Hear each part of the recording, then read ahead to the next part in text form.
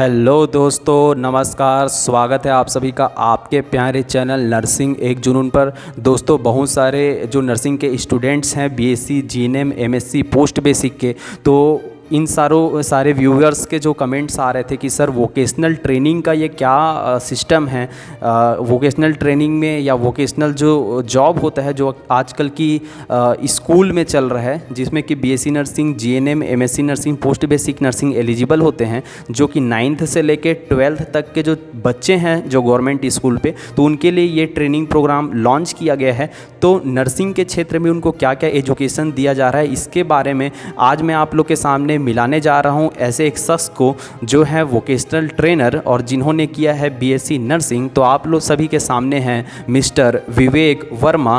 तो आप सभी को जितने भी क्वेरीज होंगी वोकेशनल ट्रेनिंग, जिसको हम लोग हेल्थ एजुकेटर के नाम से भी जानते हैं, तो उससे रिलेटेड कोई भी क्वेश्चंस हो, कोई भी डाउट्स हो, क्योंकि विवेक वर्मा सर जो हैं वो सारा का सारा क्वेश्चंस के जो आपके जवाब हैं वो देने की कोशिश करेंगे। तो मैं वन बाय वन सबसे पहले तो विवेक वर्मा सर का मैं इस चैनल नर्सिंग एक जुनून पर हार्दिक स्वागत करता हूं। और दोस्तों, आप इस वीडियो पर बने रहिए और जानिए वोकेशनल ट्रेनिंग या हेल्थ एजुकेटर का जो कोर्स है उसमें एक नर्स का क्या रोल है, एक BSc nursing, GNM, post basic, MSc कैसे अपना कैरियर इस क्षेत्र में बना सकते हैं। तो इसके बारे में जानकारी देंगे मिस्टर विवेक वर्मा। तो विवेक वर्मा जी, सबसे पहले तो आज आपसे एक सवाल पूछने जा रहा हूँ मैं। हमारे व्यूअर्स को तो आपका नाम तो पता चल ही गया है, आप ये बताएंगे कि आप कौन से कॉलेज से पढ़ाई किए हुए हैं और आप किस राज्य से आते हैं। नमस्कार दोस्तों, मैंने CG college of nursing Raipur से पढ़ाई किया है। मेरा स्टेट छत्तीसगढ़ है। धन्यवाद मिस्टर विवेक वर्मा। विवेक जी, आप जैसे कि बीएससी नर्सिंग का कोर्स किए हुए हैं, तो बीएससी नर्सिंग के कोर्स कंप्लीट हो जाने के बाद आगे करियर को लेके आपका प्लान क्या था? बीएससी नर्सिंग के बाद मेरा एम था कि मैं एम्स में या ईएसआईसी में एक नर्सिंग ऑफिसर के रूप में कार्य करूं। मेरी ये इच्छा भी थी बहुत ही ज़्यादा, इसलिए मैंने कोचिंग स्टार्ट किया था अपनी बीएससी नर्सिंग कंप्लीट होने के बाद। तो विवेक वर्मा जी, आप ये बताइए कि ये जो कोचिंग होता है वो एम्स या ईएसआईसी या जो भी गवर्नमेंट के एग्ज़ाम होते हैं उनके लिए क्यों करना ज़रूरी है, इसके बारे में आप थोड़ा सा बताएंगे। क्या कोचिंग करना ज़रूरी है या कोचिंग करना ज़रूरी नहीं है? मेरे हिसाब से कोचिंग करना बहुत ही ज़्यादा महत्वपूर्ण होगा सभी के लिए, क्योंकि सिलेबस इतना ज़्यादा बर्डन हमारे ऊपर पड़ेगा अगर हम कोचिंग नहीं करें, खुद से खोज के पढ़ने की कोशिश करें, तो ऐसी बहुत सारी चीज़ें हैं जो हमें समझ में नहीं आएगा या तो फिर हम खोज ही नहीं पाएंगे। तो जो एक्सपर्ट फैकल्टीज़ होते हैं वो हमें कोचिंग में पढ़ाते हैं, तो बहुत ज़्यादा मदद मिलता है उससे। जो कार्य हम नहीं कर सकते हैं वो उनके थ्रू हो जाता है। वो 6 महीने में हमें कंप्लीट करा के दे देते हैं और हम अपने से करने की कोशिश करें तो शायद हमें 2 से 3 साल भी लग जाएगा।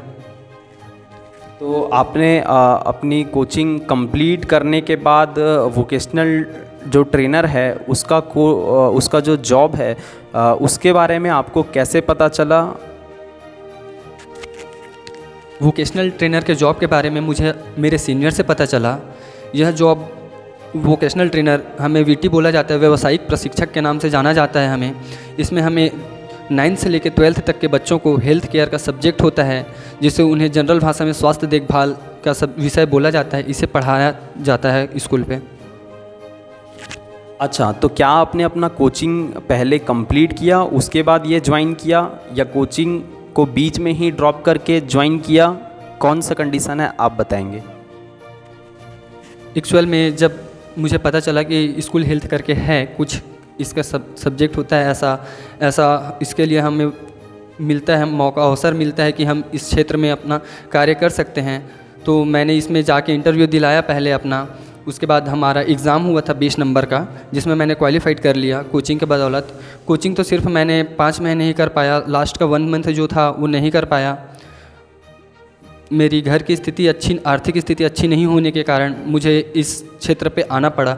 अगर मेरे आर्थिक स्थिति अच्छी होती तो शायद आज भी मैं एम्स या ईएसआईसी के लिए तैयारी वैसे ही करते रहता जैसे पहले कर रहा था। आपको क्या लगता है कि ऐसे छात्र छात्राएं या ऐसे नर्सिंग के स्टूडेंट जिनकी आर्थिक स्थिति सामान्य है, तो उनके लिए आपका क्या संदेश है? जिनकी आर्थिक स्थिति सामान्य है या जो लोग ठान के बैठे हैं कि एम्स में ही जाना है, अगर उनके ऊपर फाइनेंशियली कुछ दबाव नहीं पड़ता है, तो मैं सिर्फ इतना बोलना चाहूँगा कि वो लोग अपने कोचिंग पे ध्यान दें, अपने पढ़ाई पे ध्यान दें, स्कूल हेल्थ पे ना आए, ज़्यादा अच्छा रहेगा। विवेक जी ये कहना चाहते हैं कि अगर आपने 4 साल का कोर्स बीएससी नर्सिंग 4 लाख रुपए दे के करा है, तो अपने आप को 1 आध साल का समय और देना चाहिए। होता यूजुअली ये है कि हम 4 साल तो नर्सिंग में खूब पढ़ते हैं या जीएनएम में 3.5 साल में खूब हम पढ़ाई करते हैं, लेकिन जब जॉब की बारी आती है, गवर्नमेंट जॉब लगाने की बारी आती है, तो चौथे साल के बाद हम 5वां जो साल होता है उसमें पढ़ाई छोड़ देते हैं और कुछ ऐसे प्राइवेट हॉस्पिटल या क्लिनिक्स इसमें ज्वाइन कर लेते हैं। तो विवेक जी का यही संदेश है कि अगर आपको फाइनेंशियली बहुत ही ज़्यादा अगर दिक्कत है, तभी आप ये स्कूल हेल्थ नर्सिंग में ज्वाइन करने की सलाह दे रहे हैं। तो विवेक जी, आपने जो स्कूल हेल्थ का जो जॉब है वो एडवर्टाइजमेंट आने के बाद आप जो है कहाँ पर इसका इंटरव्यू हुआ था छत्तीसगढ़ में, इसके बारे में बताएंगे? ये जो स्किल ट्री करके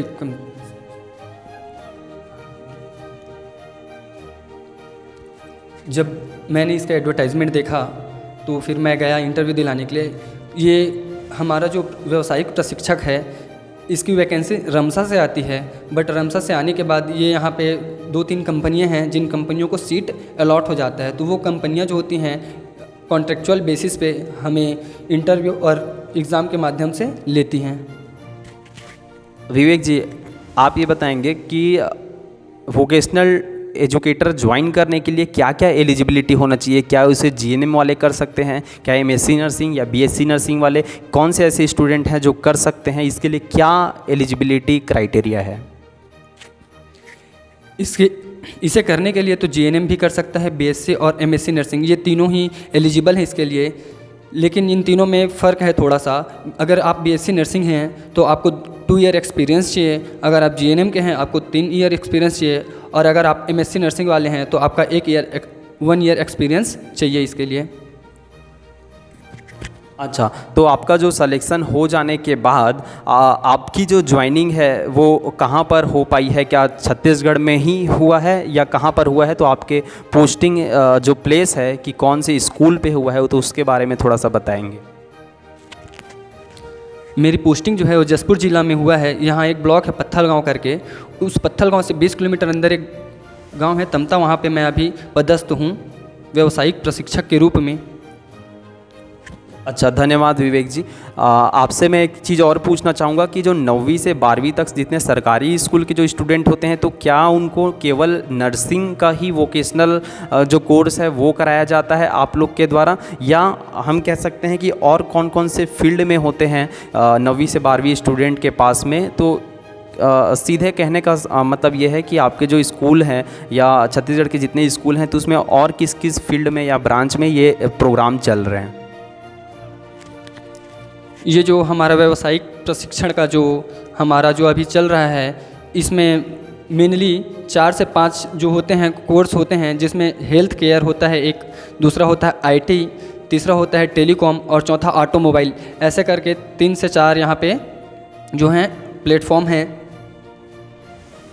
तो आप क्योंकि बीएससी नर्सिंग करे हुए हैं और नर्सिंग के हमारे काफ़ी सारे व्यूअर्स इस चैनल को देख रहे हैं, तो उनके मन में ये जिज्ञासा है कि जो नर्सिंग के जो स्टूडेंट होते हैं, मतलब नर्सिंग के जो हेल्थ एजुकेटर होते हैं, वो 9वीं से 12वीं किस सब्जेक्ट या किस ब्रांच को पढ़ाते हैं? 9वीं से 12वीं में पहले क्या होता था, 9वीं और 10वीं में संस्कृत का विषय पढ़ाया जाता था। अब उस संस्कृत के विषय को हटा करके यहाँ पर आईटी या हेल्थ इस सब्जेक्ट को डाला गया है। बच्चे अपने अनुसार आईटी या हेल्थ का सिलेक्शन करते हैं संस्कृत को छोड़कर। आगे हमारे व्यूअर्स ये जानना चाहेंगे कि इसकी लिए स्कूल की जो टाइमिंग होती है, तो आप लोग की क्या टाइमिंग होती है उस स्कूल पे? जो नॉर्मल बच्चों का टाइमिंग होता है स्कूल में, उसी टाइमिंग में हमें पहुंचना पड़ता है स्कूल। और हमारा क्लास लेने का 4 क्लास होते हैं हमारे, 9th में, 10th में, 11th में और 12th में। चारों क्लास में हमें हेल्थ केयर करके एक सब्जेक्ट होता है, स्वास्थ्य देखभाल, जिसे पढ़ाना पड़ता है। 9वीं को बोलते हैं लेवल 1, 10वीं के लिए आता है लेवल 2 का बुक, 11वीं के लिए आता है लेवल 3 का बुक और 12th के लिए आता है लेवल 4 का बुक आता है।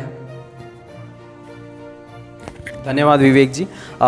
क्योंकि स्टूडेंट जो भी हैं कहीं ना कहीं अपना करियर बनाना चाहते हैं, एक अच्छा अपना फाइनेंशियल जो स्टेटस है वो मेंटेन करना चाहते हैं, अपने घर परिवार, अपने रिलेटिव्स और ख़ुद के लिए कहना चाहते हैं कि आत्मनिर्भर होना चाहते हैं। तो क्योंकि कोई भी जो जॉब हम करते हैं तो उसके लिए सबसे जो इम्पोर्टेंट चीज़ होता है वो उस जॉब का सैलरी होता है। तो स्कूल हेल्थ एजुकेटर या वोकेशनल ट्रेनर की जो सैलरी होती है वो लगभग कितना होता है, तो इसके बारे में हम हमारे व्यूअर्स को थोड़ी सी जानकारी देंगे। जो व्यावसायिक प्रशिक्षक का सैलरी होता है वो 21,000 रुपये होता है पर मंथ। इसमें अगर आप चाहें तो इसमें कंपनी वाइज क्या है, आपका सैलरी सबका सेम रहता है, चाहे वो आईटी वाला हो चाहे वो हेल्थ वाला हो, बट कंपनी के अकॉर्डिंग उसका ईएसआईसी या तो फिर इंश्योरेंस वगैरह कटते हैं। अच्छा, ये बहुत अच्छा चीज़ बताए हैं। तो आगे मैं आपसे ये पूछना चाहता हूँ कि आपको इस जॉब में छुट्टियाँ कितनी मिल पाती है? क्या संडे को छुट्टी होती है या क्या जो जितनी स्कूल की छुट्टी होती है उतनी ही छुट्टी आप लोग की भी होती है? तो इसके छुट्टियों के बारे में बताएंगे। और क्या इस जॉब के दौरान आपको कुछ आपके जो हम बोल सकते हैं कंपनी है या जो आपके जो एजेंसी है उसके थ्रू आपको क्या ईएसआईसी या फिर आपको मेडिकल की कोई फैसिलिटी मिलती है? तो उसके बारे में भी आप बताएंगे। जो ये ईएसआईसी या मेडिकल की जो फैसिलिटी होती है वो कंपनी के ऊपर डिपेंड करता है। कुछ कंपनियां जो हैं उसमें ईएसआईसी और पीएफ वगैरह कटते हैं, और लाइक अभी हमारे कंपनी में ये कुछ नहीं कट रहा है। हमारे जितना सैलरी है पूरा का पूरा सैलरी हमारे अकाउंट में क्रेडिट हो जाता है।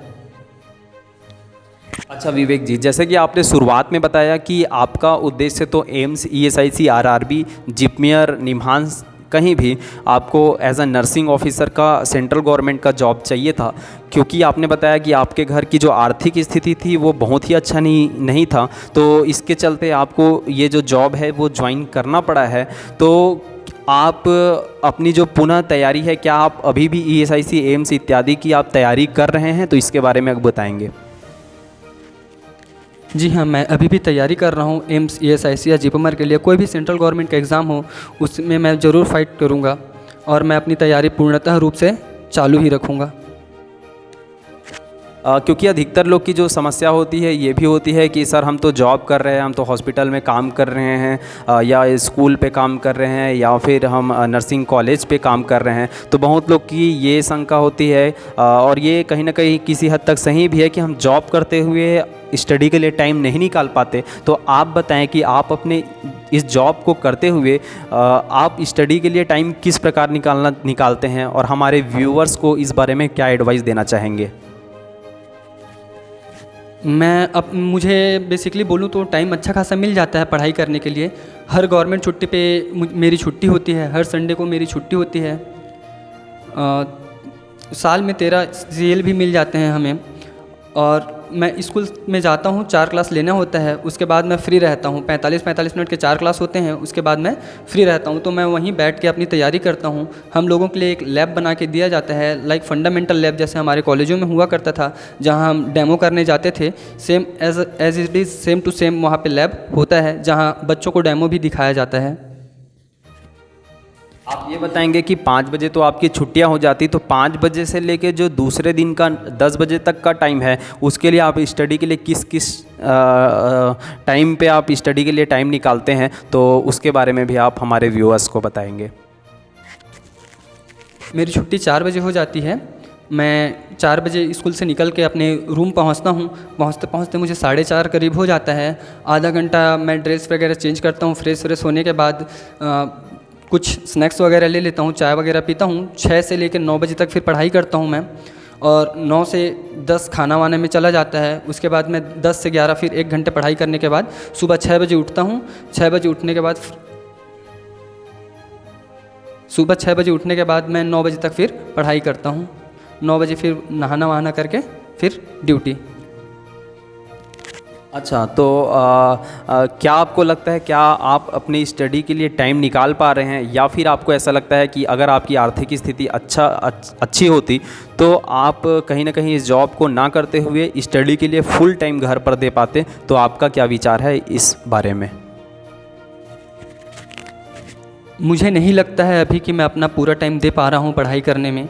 कहीं ना कहीं वो समस्याएं आ ही जाती हैं। एज अ वोकेशनल टीचर मुझे वहाँ के वर्क करने ही पड़ते हैं, और अगर मेरी आर्थिक स्थिति अच्छी होती तो मैं इस फील्ड पे नहीं आता, मैं अपनी तैयारी जारी रखता जब तक कि मेरा सिलेक्शन कहीं नर्सिंग ऑफिसर में नहीं हो जाता। तो आप हमारे व्यूअर्स को क्या एडवाइस देंगे कि वो कोई प्राइवेट हॉस्पिटल में या प्राइवेट कॉलेज में एज अ नर्सिंग ट्यूटर या एज अ स्टाफ नर्स में, जिनकी सैलरी आज की डेट में बहुत कम हो चली है, वहाँ ज्वाइन करने की सलाह देंगे, या फिर उनको ये एडवाइस देंगे कि वो घर पर रहकर ही अपना जो स्टडी है उसमें कंप्लीट जो ध्यान है वो दे सके? मैं सिर्फ इतना बोलना चाहूँगा सभी व्यूअर्स से, हमारे जितने भी लोग हैं, आप लोग अभी देख रहे हैं इस वीडियो को, वे सभी, अगर आप लोगों की घर की आर्थिक स्थिति अच्छी है या सामान्य है, अगर आप आगे स्टडी कर सकते हैं तो मैं सिर्फ इतना बोलना चाहूँगा कि आप स्टडी पर ही फोकस करें। ये छोटी नौकरी तो नहीं बोलूँगा, बट ऐसी नौकरी ना करें जिसमें आप संतुष्ट ना हों। आप एक नर्सिंग ऑफिसर बन सकते हैं, आप में वो काबिलियत है, आप चाहें तो कर सकते हैं। मैं सिर्फ इतना बोलना चाहूँगा कि अगर पैसे का दबाव ना हो तो आप अपनी पढ़ाई जारी रखें जब तक आपका सिलेक्शन ना हो। आज नहीं तो कल होगा ज़रूर। धन्यवाद विवेक जी। तो आगे मेरा एक और सवाल है कि बहुत लोग होते हैं कि आर्थिक स्थिति जिनकी अच्छी नहीं होती, लेकिन एक बड़ा ग्रुप ऐसा है जिनकी आर्थिक स्थिति बहुत ही अच्छा होने के बावजूद भी, अगर वो मिडिल क्लास है या अपर मिडिल क्लास में है, उसके बावजूद भी वो कहीं ना कहीं स्टडी के ऊपर फोकस नहीं कर पाते। तो उनके लिए आपकी क्या सलाह है कि क्योंकि उनका आर्थिक कोई दिक्कत तो है नहीं, फिर भी से वो कहीं ना कहीं ये डिसाइड नहीं कर पा रहे हैं कि हमें तैयारी करना चाहिए, तो उनके लिए आपका क्या संदेश है? जिनकी आर्थिक स्थिति अच्छी होती है वे लोग सपने कम देखते हैं। जिनकी आर्थिक स्थिति अच्छी नहीं होती है उन्हें पता रहता है कि उन्हें कुछ ना कुछ करना है, और आर्थिक स्थिति अच्छी रहती है तो उन्हें वैल्यू नहीं रहता है किसी भी चीज़ों का। जिनकी आर्थिक स्थिति अच्छी नहीं रहती वो अपने माँ बाप के लिए सोचते हैं, अपने लिए सोचते हैं। तो इसलिए जिनकी आर्थिक स्थिति अच्छी नहीं होती है वे लोग मेरे हिसाब से ज़्यादा ध्यान देते हैं पढ़ाई पर। आप पढ़ाई के लिए, क्योंकि विवेक जी भी मैं ये नहीं बोलूँगा कि बहुत ही सफल हैं नर्सिंग के फील्ड में, क्योंकि मैं आपको इनकी बातों से समझ आ ही गया होगा कि ये भी स्ट्रगल के दौर से गुजर रहे हैं, मजबूरियों के दौर से गुजर रहे हैं, और कहीं ना कहीं सफलता की ओर जाना चाहते हैं। तो ये वीडियो स्पेशली उन स्टूडेंट्स के लिए बनाया गया है जिनको लग रहा है कि हमारी ज़िंदगी में सबसे ज़्यादा प्रॉब्लम है, हमारी फाइनेंशियली जो कंडीशन है वो अच्छी नहीं है, हमें घर का सपोर्ट नहीं मिल पा रहा है, हमको पढ़ने के लिए टाइम नहीं मिल पा रहा है, हमको पढ़ने में मन नहीं लगना पा रहा है, मैं पढ़ती हूँ तो भूल जाती हूँ। तो वो बहाने तो हज़ार हो सकते हैं, लेकिन जो सॉल्यूशन है वो तो कहीं ना कहीं आपको स्ट्रगल तो देगी ही, क्योंकि असफलता के बाद ही तो सफलता की कहानी लिखी जाती है। तो विवेक जी, आपसे अंत में जाते जाते एक दो सवाल और पूछूंगा। आप किन किन जो नर्सिंग के बुक्स हैं कॉम्पिटिटिव एग्ज़ाम के लिए तो वो प्रीफर कर रहे हैं? इसके पहले आप ये बताएं कि नर्सिंग की आपकी जो तैयारी है वो कैसे चल रही है, और आप सबसे पहले कौन सा नोट्स पढ़ रहे हैं या किस बुक को प्रीफर कर रहे हैं, उसके बारे में आप थोड़ा सा हमारे व्यूअर्स को बताएंगे। मैंने तो सबसे पहले पढ़ाई स्टार्ट किया था तो मैंने टारगेट हाई का बुक लिया था, और टारगेट हाई का बुक पढ़ने के दौरान ही मैंने कोचिंग स्टार्ट कर दिया। कोचिंग स्टार्ट किया, फिर मैं अपने नोट्स पढ़ता था, नोट्स कोचिंग के जो नोट्स होते थे उस नोट्स को पढ़ता था, और अपने रूम पे आकर उस नोट्स को पढ़ने के बाद उसी सब्जेक्ट से रिलेटेड MCQ को सॉल्व किया करता था। उसके बाद फिर कोचिंग पे ही मुझे बताया गया कि PR यादव का बुक है, मैंने फिर उसे प्रीफर किया। उसे करने के बाद सर ने बताया हमें कोचिंग में कि आप NCLEX का बुक ज़्यादा अच्छा, उससे भी तैयारी कर सकते हो। तो मैं ये तीनों बुक ही प्रीफर करता हूँ अभी फ़िलहाल पढ़ने के लिए। बहुत सारे स्टूडेंट्स की ये शिकायत होती है कि इस बुक में गलत दिया है, उस बुक में गलत दिया है। तो आपका क्या विचार है कि हमें उस बुक की गलतियों, क्योंकि बहुत सारे बात होता है कि कुछ टाइपिंग मिस्टेक हो जाती है क्योंकि ऑप्शनल क्वेश्चन होते हैं, तो बहुत सारे जो स्टूडेंट्स होते हैं कहीं ना कहीं मेहनत से जो जी चुराते हैं वो बुक में कमियां निकालते हैं। तो बुक में कमी निकालना किस हद तक सही लगता है आपको? मैं नहीं मानता कि कोई बुक में कमी निकाले। बुक में कमी नहीं निकालना चाहिए हमें। कहीं ना कहीं थोड़ा मिसप्रिंट हो जाता है और हम इसीलिए 3 से 4 बुक प्रीफर करते हैं। कहीं ना कहीं एक बुक गलत हो तो बाकी के 3 बुक सही होंगे ही, तो हमें उन चीज़ों से देखकर उसे सही कर लेना चाहिए। गलतियाँ निकालने बैठने से कुछ नहीं होने वाला। अच्छा विवेक जी, जाते जाते हमारे स्टूडेंट्स को अगर कोई भी स्कूल हेल्थ से रिलेटेड, क्योंकि आप लोग के सामने विवेक जी खड़े हैं, तो कहीं ना कहीं हम कह सकते हैं कि एक सफल वोकेशनल ट्रेनर तो वो अपने फील्ड में साबित हो ही रहे हैं। और कहीं ना कहीं जो स्टूडेंट्स को जो 9 से 12 तक के हैं उनको नर्सिंग के शिक्षा क्षेत्र से जोड़कर उनको आगे बढ़ाने का काम जो है वो तो कर ही रहे हैं और देश को आगे बढ़ाने में काम भी कर रहे हैं। लेकिन उनका एक जो लाइफ का स्ट्रगलिंग फेज़ है, क्योंकि उनका सपना है staff nurse, nursing officer, central government या स्टेट गवर्नमेंट का कोई भी रेगुलर जॉब लेने का। तो एज अ स्ट्रगलिंग स्टूडेंट मैं कह सकता हूँ कि विवेक जी को आप देखिए और उनके भी जो जीवन में कठिनाइयाँ हैं, आर्थिक स्थिति के जो बुरे दौर से गुजर रहे हैं, तो उनको भी कहीं ना कहीं ये चीज़ें मोटिवेट करनी चाहिए आपकी स्टोरी से कि हम काम करते हुए भी अपना जो काम के खाली वक्त हैं उसमें निकाल कर पढ़ाई कर सकें। और जब घर जाते हैं हम ड्यूटी, क्योंकि 9 से 5 तक का तो ठीक है जॉब करते हैं, उसके बाद की जो ड्यूटी है वो उसके बाद का जो टाइम है उसको किस तरीके से यूटिलाइज़ किया जाए, तो इसके बारे में। तो विवेक जी, लास्ट में जाते जाते मैं आपसे पूछना चाहूँगा कि वे स्टूडेंट जो आर्थिक स्थिति से गुजर रहे हैं या जिनकी आर्थिक स्थिति सही भी है, तो उनको क्या ऐसा संदेश देना चाहते हैं जिससे कि वो अपनी तैयारी शुरू कर दें? जिनकी आर्थिक स्थिति अच्छी नहीं है उनको मैं ये बोलना चाहूँगा, अच्छी आर्थिक स्थिति तो मेरी भी नहीं थी, पर हम अगर कहीं 5-7 हज़ार में जॉब कर रहे हैं तो हमारी आर्थिक स्थिति सुधर नहीं सकती है। आप अपना खर्चा भी नहीं चला सकते। एक रायपुर में रह के या तो किसी भी बड़े जगह पे रहकर आप नहीं चला सकते। 5-7 हज़ार रुपये में अपना महीना मंथली नहीं गुजर सकता। तो मैं चाहूँगा कि थोड़ा कोशिश करके वो क्या पढ़ाई करें, पढ़ाई पे ध्यान दें। अगर आप अच्छे से पढ़ाई कर लिए, अगर आपका सेंट्रल गवर्नमेंट में कहीं सिलेक्शन हो जाता है तो तब आप जाकर कहीं अपनी आर्थिक स्थिति सुधार सकते हैं। और जिनकी आर्थिक स्थिति अच्छी है उनके लिए तो प्लस पॉइंट है, वो चाहें तो बिना किसी टेंशन के, उनको कुछ भी फिक्र नहीं होना चाहिए, उनको सिर्फ और सिर्फ पढ़ाई करना चाहिए। उनसे क्या, उनका नाम, उनके पापा का नाम, सब चीज़ें रोशन हो जाएंगी। वो अब ऐसे मुकाम पर पहुंच जाएंगे कि उन्हें उनके पापा के नाम से नहीं, उनके पापा को उनके नाम से जाना जाएगा।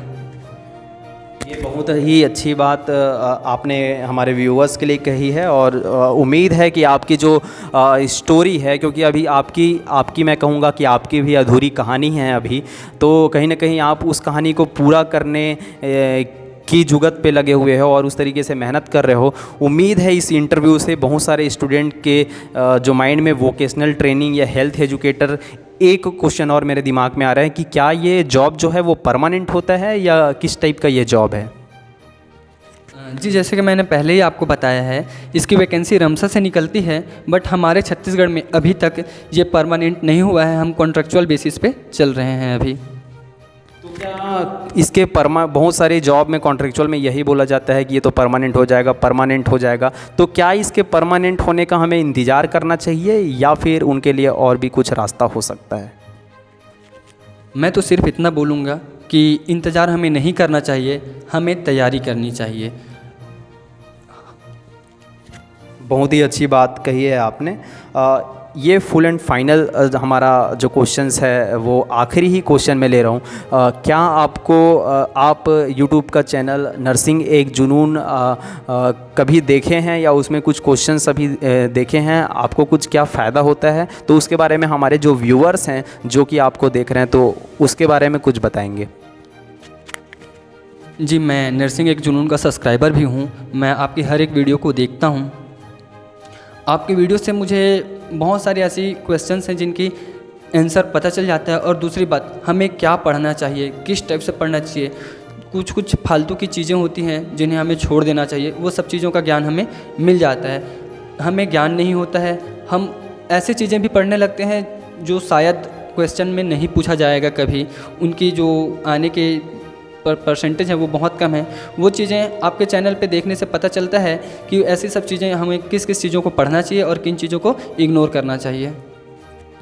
ये बहुत ही महत्वपूर्ण बात कही है, क्योंकि हमने 4 साल तो नर्सिंग की पढ़ाई करते हैं, काफ़ी सारे बुक्स पढ़ते हैं, बट कॉम्पिटिटिव एग्ज़ाम का किस्सा होता है अलग, उसकी कहानी होती है अलग। उसमें हमको बहुत ही सेलेक्टेड चीज़ों को पढ़ना होता है और बहुत सारी ऐसी चीज़ें होती है जो उतनी इम्पोर्टेंट नहीं होती, उनको हम कह सकते हैं कि इग्नोर भी करना पड़ता है बहुत सारी चीज़ों को। जो मोस्टली क्वेश्चन आ रहे हैं, जो रिपीट हो रहे हैं, जो कि लेटेस्ट हैं, अपडेटेड हैं और रिसेंट जो टाइम है, जैसे कोविड आया तो कोविड से रिलेटेड क्वेश्चंस आना चालू हो गए, तो हमें कहीं ना कहीं मोस्ट जो स्पेसिफिक क्वेश्चन होती है वो हमारी कोशिश होती है कि हम अपने व्यूअर्स को दें नर्सिंग एक जुनून के माध्यम से। और विवेक जी, आपने कम्युनिटी हेल्थ नर्सिंग का एक कंप्लीट वीडियो अभी डाला था, क्या आप उसे देखे हैं क्या? तो उसके बारे में कुछ कमेंट्स हैं तो।